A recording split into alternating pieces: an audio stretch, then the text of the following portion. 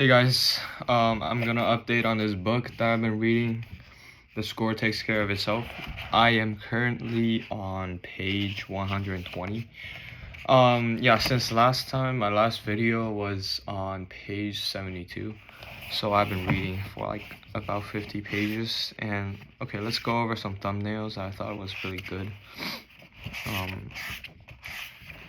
Alright.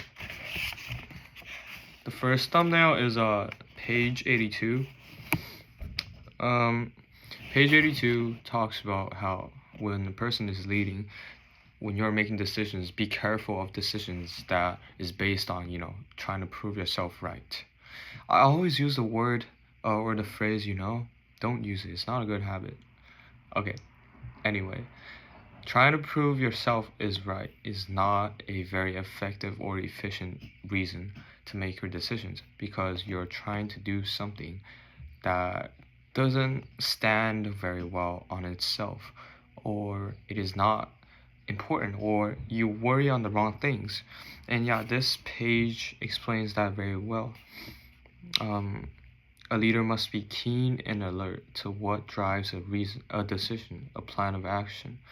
If it was based on good logic, sound principles, and strong belief, I felt comfortable in being unswerving in moving. But yeah, anyway, you get the idea.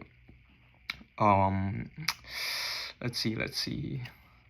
So, example of persisting for the wrong reason was something that he talked about, but it was really good to just see how some people make decisions because they want to win something instead of trying to really achieve the goal or the right goal.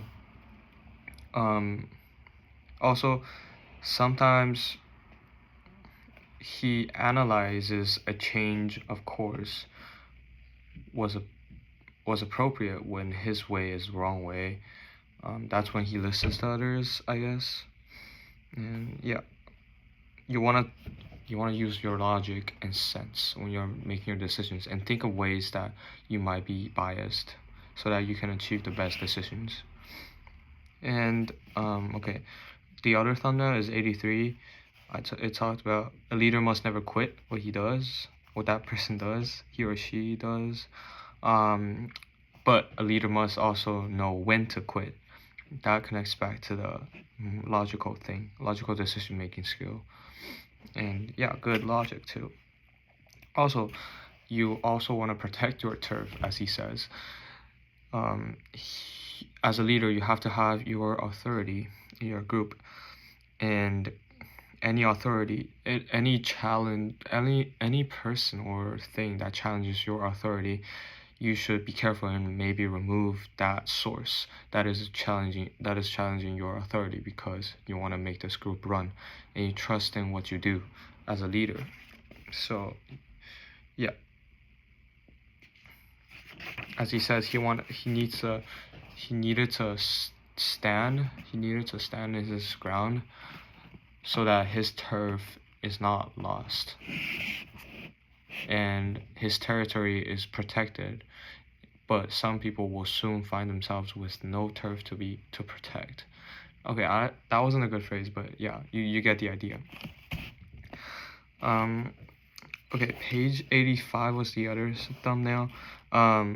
You always want to be prepared, be positive as a leader. Be prepared is no leader can control the outcome of the contest or competition, but you can control how you prepare for it. That makes a lot of sense. Yeah, think about it. I would definitely meditate on it. That's a really good phrase. And then next one is on page 89. So sharpening pencils, shouldn't be like the main focus of your team. You need to work on the important things. While you should take care or focus on the details, you also just don't want to only sharpen your pencils, because when you're on the test, you have all the pencils sharpened, but you don't know the knowledge or the content. So yeah, you want to focus on the right things. And yeah, and you want to trust your teammates and be positive to them. or yeah, the people you're leading. Okay. I think this is a good motto. It says, hurt your opponents before they hurt you, strike first. It's something, you just want to take the initiative. In his context of football, you want to take that initiative very fast, and you want to be keen or quick to react to things that are happening. And then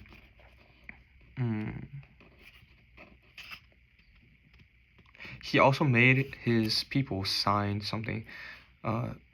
He made them sign a quote on a board that says, "I will not be out hit any time this season."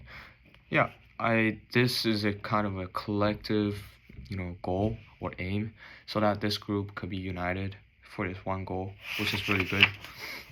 But some other thumbnails are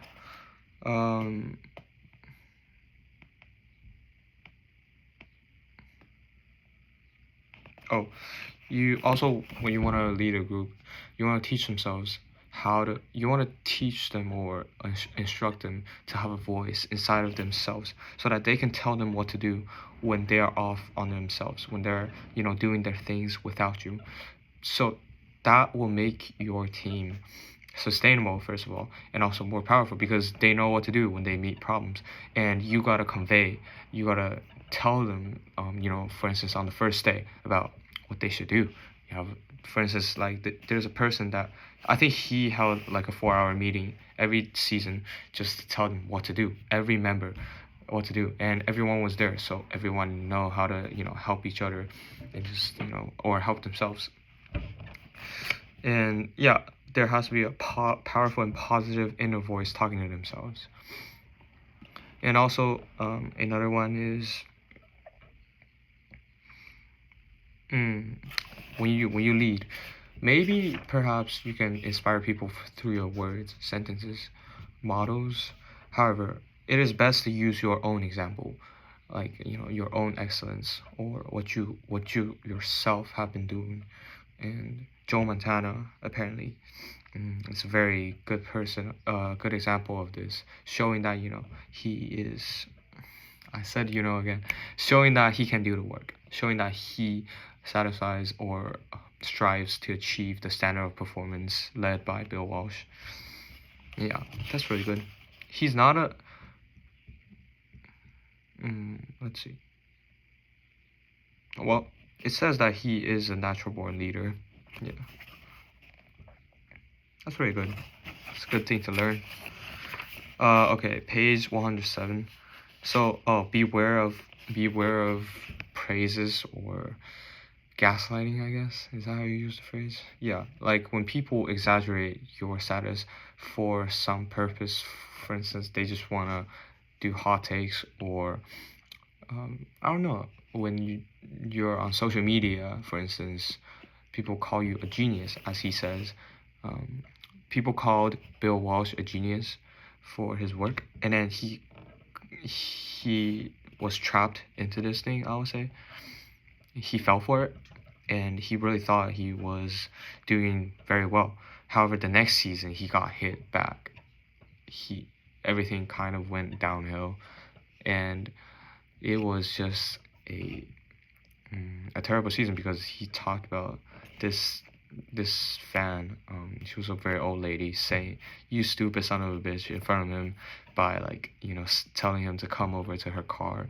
And it's very toxic. But he says when you are listening to those praises or exaggerations, you are allowing others, oftentimes uninformed others, to tell you who you are. And yeah, don't allow that to happen, and you'll become lazy maybe if you fell for it. And next one is 109. 109 is, rather than criticizing the people that you're leading or the people you're working with, praise them.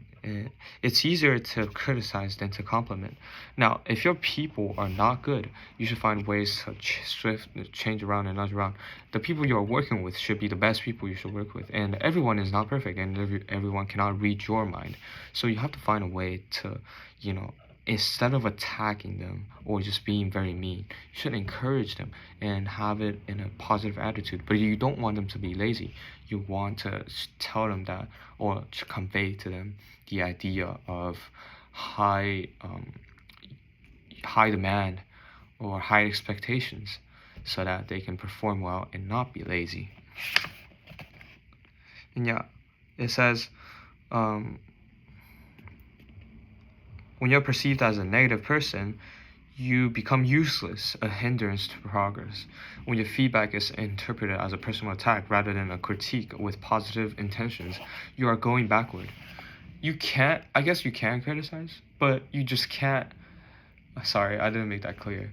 Yes, you can criticize. You can point out the problem, the issues, but you also want to encourage them to fix it. You don't just want to personally attack them. Yeah. Okay, another one is on page 113. And he encourages people in his team, the 49ers, everyone, including the staff members, to be part of the conversation regardless of the topic being addressed. This is a very good one, and it really helps me for even my networking life. So you might, if they're talking about something that you don't know, you might just say, this may sound stupid, but yeah, and ... He just gave this example, and it's a really good sentence starter to join the conversation, and people will love to tell you about the things that they're interested in. So yeah, he encourages people to connect with each other and talk to each other. And so yeah, he said it right here, and it connects back to what I have said. Of course, by hiring smart people, I eliminated the vast majority of dumb questions. Yeah, that's really good. And people will definitely, in a very good environment or professional environment, they won't say that, oh, your question is stupid, and just personally attack you. They will definitely embrace it and try to answer you and share with you their experience. And there are three sides to a coin. He talked about this when he really encouraged questions and ideas from people, and he thinks that will be very helpful and effective as a team. Okay, also he does this thing that in the 49ers, he at least, let's say, oh, this was maybe from another team, but once a week, each coach spent his lunch hour in the locker room with the team. This really connects the team with the coaches, and he would often ask the team, how's the family, and all those stuff, because he believes that hierarchy would distance the players and even staff or everyone in the team would distance each other. He thinks that hierarchy is not good, and he praises or he implements this method of boundaryless by Jack Welch, former CEO of General Electric. But yeah, boundaryless, I agree with that a lot. I personally just cannot withstand a team where there's boundary and you have to do this and that and focus on nepotism and all of those stuff. No, I cannot. And that will hinder the progress so much. And yeah, he says that, quote, there just isn't a room for hierarchy. And also, as a former boxer, I would suggest that if your left hand doesn't know what your right hand is doing, you will get knocked out. And yeah, that fits in this context, because if you're not connected to the people you're coaching, you'll be knocked out and your team will go downhill. That's it.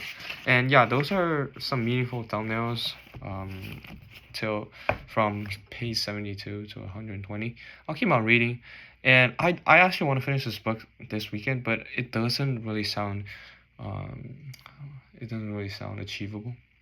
I have tomorrow and Monday. I'll try my best. And yeah, this is my progress. And I'm done with exams. That's good news. I hope all of y'all are also done with exams. And I'll see you.